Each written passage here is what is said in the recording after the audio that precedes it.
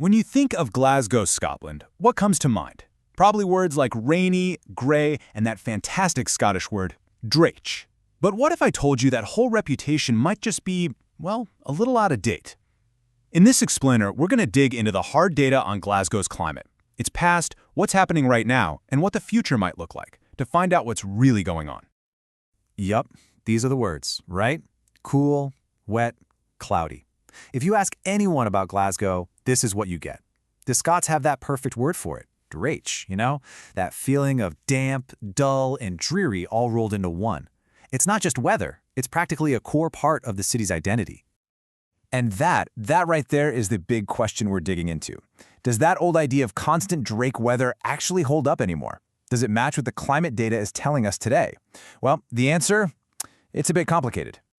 Okay, so before we can talk about what's changing, we have to set the stage. We need a baseline. What did that classic Glasgow weather actually look like, according to the science? So the official kinda science-y classification is a temperate oceanic climate. But what does that really mean for people on the ground? Well, think of it this way. The North Atlantic Ocean acts like this giant natural thermostat for the city. It keeps things from getting super cold in the winter or crazy hot in the summer. The trade-off? It delivers a lot of rain, pretty much all year round. And here are the hard numbers that really define that classic climate. This is our benchmark from 1961 to 1990.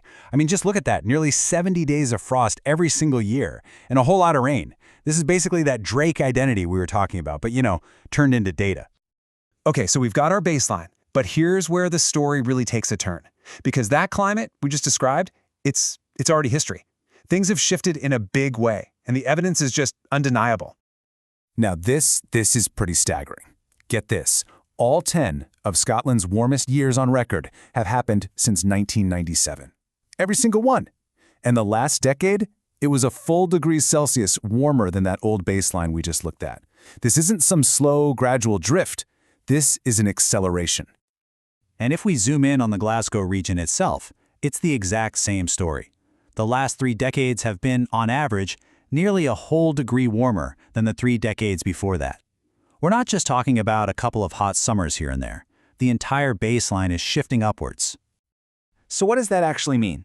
Well, here's a really tangible effect. The region now gets about 11 times fewer frost days every year. That's a big deal. The winters are just getting milder, and it's changing the whole character of the season. Now, you'd think, okay, warmer means drier, right? But no, not here. It's actually gotten wetter too, about 10% more rain every year. So it's like Glasgow hasn't just turned up the thermostat, it's also turned the taps on full blast, especially during the winter. And then you get the extremes. Check this out. In 2018, the temperature near Glasgow hit 31.9 degrees Celsius.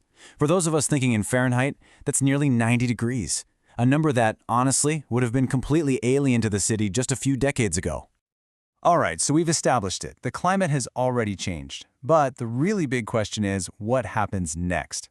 The projections show us there are basically 2 very different roads ahead for Glasgow, and which one we go down depends completely on global emissions. Just look at the difference here. We're looking at summer temperatures by the 2080s. On the low emissions path, things get about 1.5 degrees warmer. But on the high emissions path, that number more than doubles to over 3 degrees. It just goes to show the choices we make globally have these massive, real-world consequences on a local level. And you see the exact same split when it comes to winter rain. Now, we're getting more rain either way, that's pretty much locked in. But on that high emissions path, we're talking about winters that are almost 20% wetter. That is a huge difference, and it dramatically cranks up the risk of flooding. So let's try to make this a bit more personal. All these averages and percentages are one thing, but what is it actually going to feel like? What will a hot summer day even mean in the future? How does our whole idea of a heat wave have to change? Okay, so think about this. In the very recent past, a day that hit 28 degrees Celsius, that's about 82 Fahrenheit, was considered a super rare event. It was a 1 in 10 year kind of hot day, a real scorcher by Glasgow standards. Now fast forward to the 2070s, if we're on that high emissions path. The new 1 in 1 year hot day could be 34 degrees Celsius. That's 93 Fahrenheit. That is a completely different world. It's a fundamental transformation of what summer in Glasgow even feels like. So these shifts from kind of warm and wet to genuinely hot and stormy, they aren't just abstract numbers on a chart, right? They bring very, very real risks for the city and for the people who live there. And those risks really break down into 4 big threats. First, you've got heat stress. This isn't just about feeling uncomfortable, it's a serious health risk, especially for vulnerable people in buildings that weren't built for heat. Then you've got way more flooding, not just from the rivers, but also from surface water, when the drains just can't keep up with massive downpours.